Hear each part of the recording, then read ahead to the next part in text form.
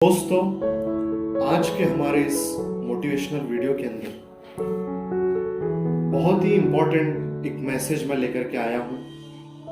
इस वीडियो के अंदर मैं एक बात आपके साथ शेयर कर रहा हूँ, वो है कि हम अपने काम खुद ही करें, अपने काम हम किसी पर ना डालें। लगभग हम अगर अपने काम खुद करेंगे तो सफलता भी हमें मिलेगी और हम उसे कर पाएंगे। मैं एक छोटी सी कहानी के माध्यम से इस टॉपिक को आपको समझाने की कोशिश करता हूँ। बरसात का सीजन लगा और बरसात का सीजन लगने के बाद किसान अपने खेतों में बीज बोने के लिए गए।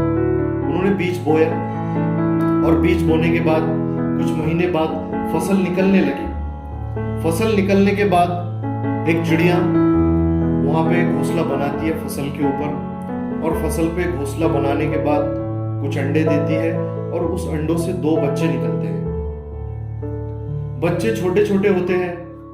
लगभग सुबह में वो चिड़िया अपने अनाज जमा करने के लिए, उनके लिए जो फूड जमा करती है और अपने बच्चों के पास लेकर के आती है।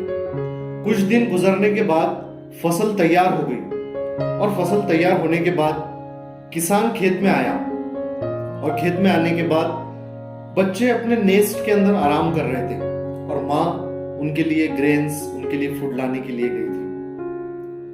किसान ने जब देखा कि अपनी फसल तैयार हो चुकी है तो उसने कहा कि कल मैं अपने पड़ोसी को भेजूंगा और वो इस फसल को काट लेगा। उसने कहा कि मुझे अपने पड़ोसी को भेजना चाहिए क्योंकि फसल अब तैयार हो चुकी है।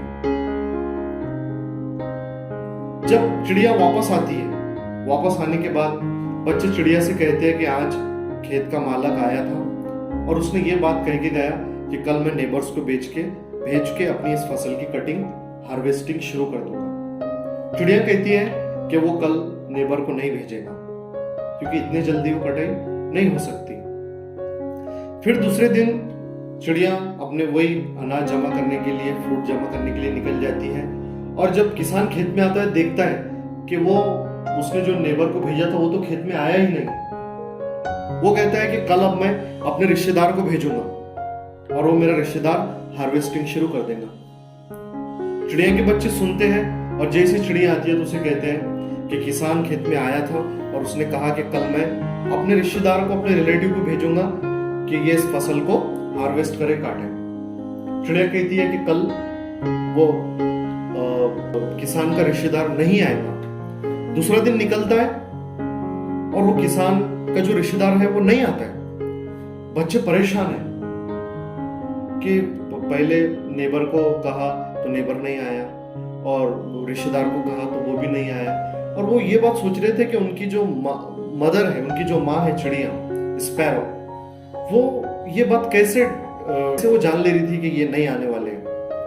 तीसरे दिन जब किसान खेत में आता है तो आने के बाद वो कहता है कि ना नेबर आया ना रिलेटिव आया, अब कल मैं खुद आके अपनी फसल को हार्वेस्ट करना शुरू करूंगा। चिड़िया जैसे ही वापस आती है तो बच्चे कहते हैं कि आज किसान आया था, वो पीजेंट आया था और उसने कहा कि मैं खुद हार्वेस्टिंग के लिए आऊंगा और मैं खुद अपने खेत की हार्वेस्टिंग और कटिंग करूंगा। चिड़िया कहती है कि बेटे तैयारी कर लो, हमें अब घोंसला बदलना है। वो घोंसला बदलते हैं और उस घोंसले को छोड़ के नए घोंसले की तलाश में निकल जाते हैं।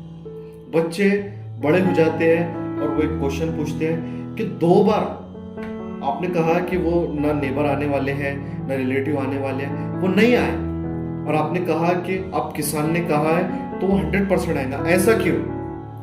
तो चिड़िया ने बहुत ही सुंदर शब्दों में कहा कि जब इंसान अपने काम को दूसरों पर टालता है तो उसका काम नहीं होता है, लेकिन जब वो ठान लेता है कि मुझे करना है तो वो 100% उस काम को करके रहता है। तो किसान 100% कल आएगा क्योंकि उसने ठान लिया था कि मुझे ये काम करना है तो करना है। दोस्तों, ये कहानी से हमें ये इंस्पिरेशन मिलती है कि जिंदगी में कोई भी काम अगर करना हो तो सबसे पहले हमें शुरू करना चाहिए। अगर हम ये सोचेंगे कि कोई हमारे साथ जुड़ेगा या ये काम हो पाएगा तो शायद वो काम पेंडिंग में रह जाता है और वो काम नहीं हो पाता है। तो अगर कोई भी काम करना है तो सबसे पहले हमको उसकी जानिब बढ़ना पड़ेगा और उसको स्टार्ट करना पड़ेगा, तब जाके वो काम हो पाएगा। तो दोस्तों, अगर कहानी अच्छी लगी तो इसको शेयर कीजिए, लाइक कीजिए, कमेंट कीजिए और चैनल को सब्सक्राइब भी कीजिए thank you so much, thank you so much.